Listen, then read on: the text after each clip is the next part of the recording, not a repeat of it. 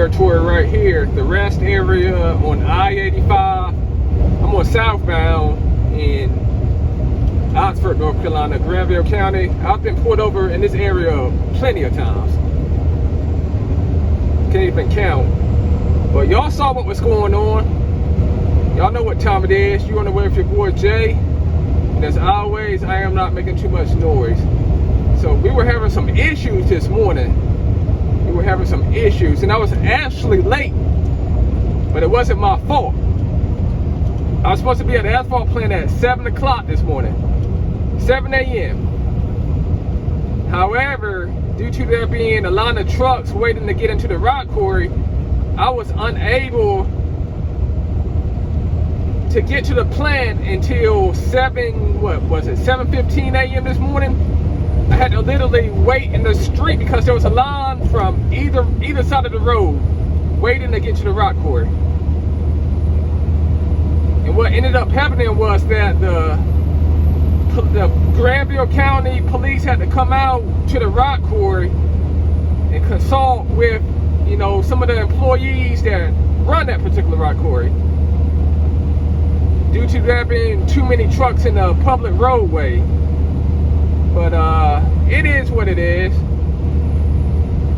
I'm currently going back to get my second load of asphalt, but it just goes to show that it's booming. Infrastructure is booming right here in the RDU area in Central North Carolina. I mean, that's a lot of work everywhere. I don't even think they have enough trucks to fulfill the requirements needed for all of the work that they have available, to be honest with you all. But yeah, right now I'm on my way to get my second load of asphalt, trying to make a day.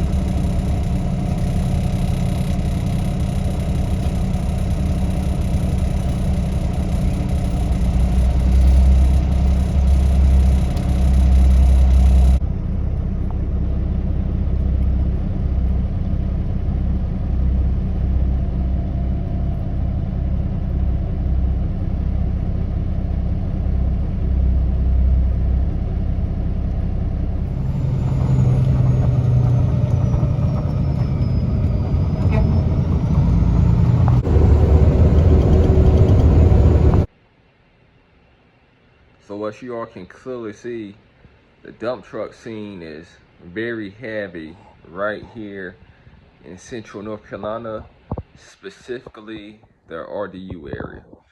I mean, we are literally flooded with them right now. And I see a new company just about every day that I go out to work.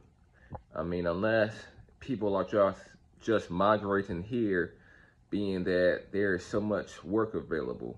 I mean, it's either that or there are just so many different people that are getting into this dump truck business just by the idea of seeing all of the construction around the area.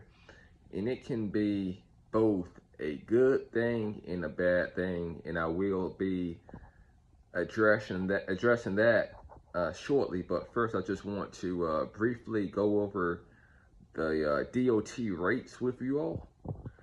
Okay, so right here in Central North Carolina, again, the RDU area to be more specific, the rates starting with a triaxle through a quinaxle is honestly, I think that they are fair, but it can always be better, and it's always going to be that way. Always going to be that way. I mean, you got to think about it. You got to consider this. I don't care what the rates are going to be. No matter what the rates are, no matter how high they might seem, if you compare that with the cost of living along with the steady increase in prices, not just truck prices, but just prices in general, then it will definitely highly outweigh that of the increase in rates, because it's systematically devised to keep the smaller man, which are the independent owner operators. I'm not referring to the large companies and corporations, prime companies. I'm referring to your average independent owner operator. You know, and it's again devised to keep us from growing, but so much. I mean, they want us to compete against each other. They don't want us to expand and experience growth. Okay, so I'm not really too frank and sure on what a tandem makes. So I'm going to be starting with a triaxle and ending with a quint axle, because right here it's really no need to have a centipede, because they don't make that much more than a quint axle. And I mean, due to the bridge law, not only that, but they are just very non-practical and inconvenient due to their size. So a lot of construction contractors don't care too much for to have a centipede to haul for them. Okay, so moving along, right here in Central North Carolina, on average, most triaxles make, based off of my personal experience. Now, this is a subjective subject, so some other owners and operators might disagree with what I say, but everyone is entitled to their own opinion. But this again is based off of what I observe. So okay, so most triaxles are going to make between $90 to $102 per hour. Okay, on average. Most quad axles are making between $98 to $110 per hour on average. And again, these are DOT rates. Okay, and most quint axles are making between, I've seen at the bottom, $106 between $118 an hour on average. Okay, but you gotta keep in mind, this is before the subcontractor takes out their percentage. Not to forget that they are probably getting anywhere between $5 to $12 per hour just off the top, or before any percentage is taken out. This is how this business works, and I am well aware that there are many, owners and operators that live in other areas like California, Washington State, which is a union-based state, and Oregon, and just all the other places where the rates are much higher. Because I've been told by several, I'm not going to name any, that our rates are not just worth working for. They won't get out of bed in the morning or start their truck up to run for these cheap rates. But they just have to understand that the cost of living isn't going to be the same in each and every area. I mean, it varies. Not only that, but the tax laws vary. So you just have to keep all of that in mind and incorporate all of that into the rates. Okay, so our rates might be justifiable compared to our cost of living, whereas their high rates are more justifiable compared to their cost of living. It all varies.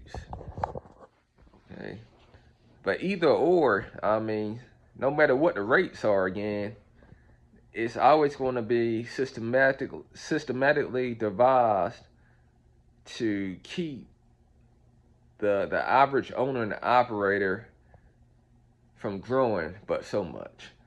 I mean, they need the trucks, yet they don't want for us to eat good, eat that steak. They want us to stay eating at those fast food restaurants to get the jobs done. You know, they have to use us. I am well aware that these prime companies are making well over $118 per an hour for a quinastle. You have to go way, way, way up north. I know how much they are making. I'm not going to reveal it to you all, but just know that I know firsthand. I have my resources. Okay. But this is what puts that risk factor in the hourly rates, is that by there being so many, again, people either migrating here or getting a business, and now a lot of people buying brand new dump trucks in this area. I mean, you see more newer dump trucks than older dump trucks, and they have $5,000 plus truck payments. That's a lot of money, right? Not including the insurance, registration, fuel bill, miscellaneous expenses, repairs, tires. It costs to run these dump trucks, and ownership can be very intense. You know, it comes with a expensive cost, but you have these these subcontractors that are willing to bid cheap in order to secure rights to a contract, especially those that are buying fleets of their own dump trucks. I mean, they can afford to pay themselves what they need in order to survive. I mean, some of them don't even mind running independents. They'd rather just use their own trucks, right? And that's what drives the rates down. And what, in fact, just can put a bond on the hourly rates, messing up the dump truck game entirely for those that run for the hour. Because the subcontractor that I work underneath, who is also, again, he's a DBE, a certified DBE subcontractor that works underneath a large prime corporation. But his rates are reasonable, but he can't bid but so high, or else he will get outbidded by, another minority, which sucks because he has the experience, the knowledge, and bank to make sure that his independents are paid on time. I mean, he takes 10% if you want your money weekly, and 5% if you want your money every 2 weeks. Whereas you have some other some subcontractors that will hold on to your money for excessive periods of time. I'm talking about between 6 to 8 weeks out. And some of them are mismanaging your money by using it for personal belongings, to pay their bills and assets, to invest your money, and so, which is all wrong. But it's a part of the game. It comes with that kind of territory. All right. I mean, and if you are new and just getting into business, just know that you have to be very careful who you work underneath in this industry, because you can find yourself in a huge bind. I mean, these expenses come out. I mean, you have some that come out every month. You have some expected expenses that can just pop up at any given time. Drivers want to get paid weekly. So you just have to be prepared to have money, saved up to pay out for just unknown and hidden costs. But how can you do that when a subcontractor has access to your hard-earned money that you work so hard for, right? Think about that. But right now, there's so much more that I could have included. But going back to it can be a good and bad thing that we have a lot of dump trucks in this area. Is that it's a good thing because honestly, I really do not think that there are enough dump trucks available to fulfill the requirements needed to complete most of these jobs. I mean, infrastructure is constantly growing right here in Central North Carolina.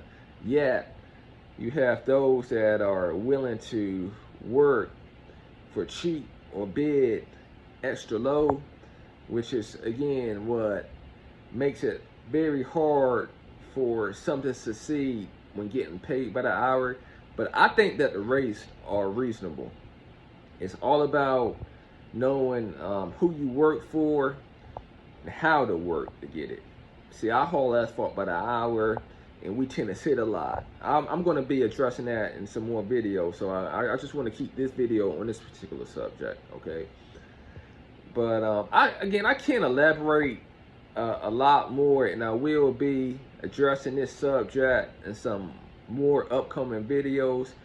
But right now, it's July 4th weekend, so I'm about to go get out with the family. They're going to be cooking out. We're going to be chilling. I just need to get some of this, business off of my mind and relax for the holiday. So I will catch you all on the next video.